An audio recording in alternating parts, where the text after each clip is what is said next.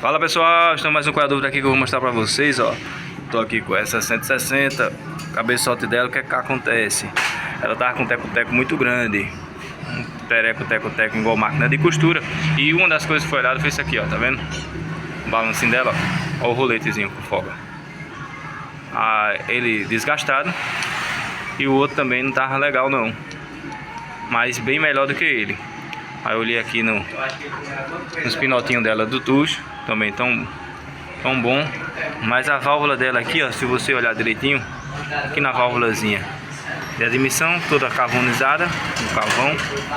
E a disca com o resíduozinho nela aqui, um achatamentozinho.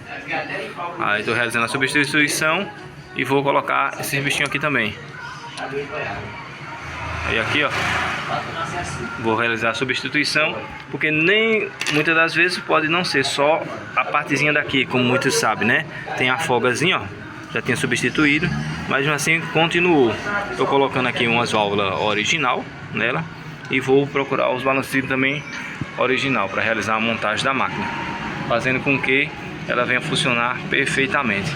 Estou indo atrás da bichinha e informar o cliente. Aqui a gente já organizou, já esmerilizou, já fez a retíficazinha da seta de válvula dela para casar direitinho.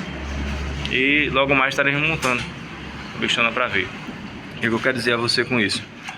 Aconteceu alguma coisa, leva o mecânico de confiança.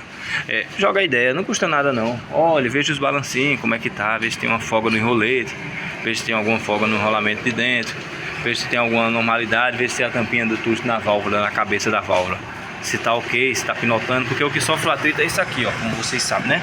Na hora do funcionamento, isso aqui que fica topando aqui, ó, na cabeça. Se vai ficar folgado, faz barulho, se ficar apertada também fica presa, dificuldade de pegar. E dependendo da situação, começa também a comer quando o atrito é muito grande. E é isso que está acontecendo aqui nessa máquina. Vamos realizar a montagem e entregar ao cliente a sua motocicleta. Se você gostou aí, curta, comenta, compartilhe mais um Qual é a Dúvida. Um abraço.